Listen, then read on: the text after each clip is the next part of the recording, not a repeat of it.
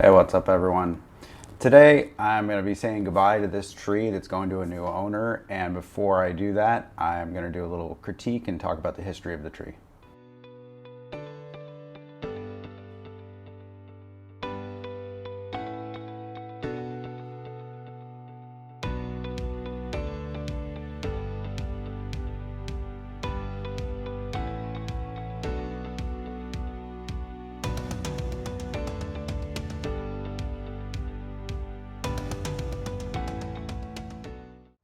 This was one of the trees that I started in 2006, and so it's actually, as of this March of 2021, 16 years old. No, 15 years old. And one of my favorites from this batch, I really like root over rock trees, and I managed to get a pretty nice compact silhouette on it. It's a little bit overgrown right now because it's May, and next month is decandling time, so they'll be cut back, thinned out, and prepped for the second half of the growing season in terms of creating finer branching and just holding the silhouette where it is. So one of the things that happened with this tree that I wasn't really expecting is that this root, so there's a stone here, and I was told by one of my teachers that the stone was too square. But I think that one of the really interesting things that happened with this composition is that that stone ended up creating sort of an interesting shape.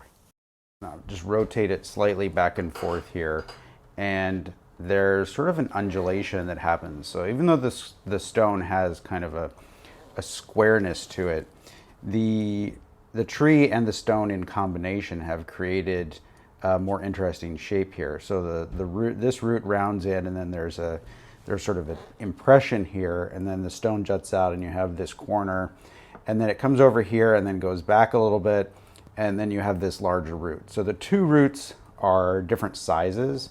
If you look at this root,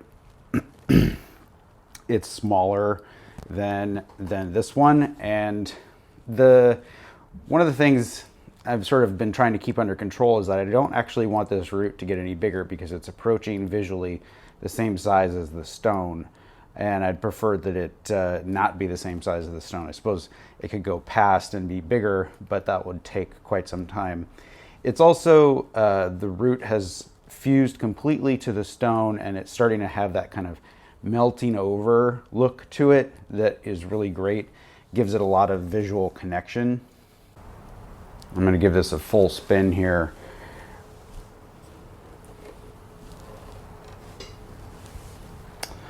So the stone is visible from the back as well, but as you can see, this side is not quite as interesting as the side that's been selected as the front. There was also an issue with this side being a little bit more challenging to get the branching where I wanted to, and sort of been overcome. This branch is actually kind of coming from the side and creating the back branch, but in the past I had actually tried to put a graft on the back of here to try to get some more back branching on it, and at this point I don't think that that's really necessary anymore because I can just bend these branches down. The tree is about about 10-11 inches tall in total, and I already showed this tree once at the Bay Island Bonsai, no, at the BABA show, Bay Area Bonsai Associates, in 2019. So really happy with how it came out, and I hope you guys enjoyed getting a close-up look at it. There's some more history to the tree that I can include in the video, so I hope you guys enjoy. Thanks, guys.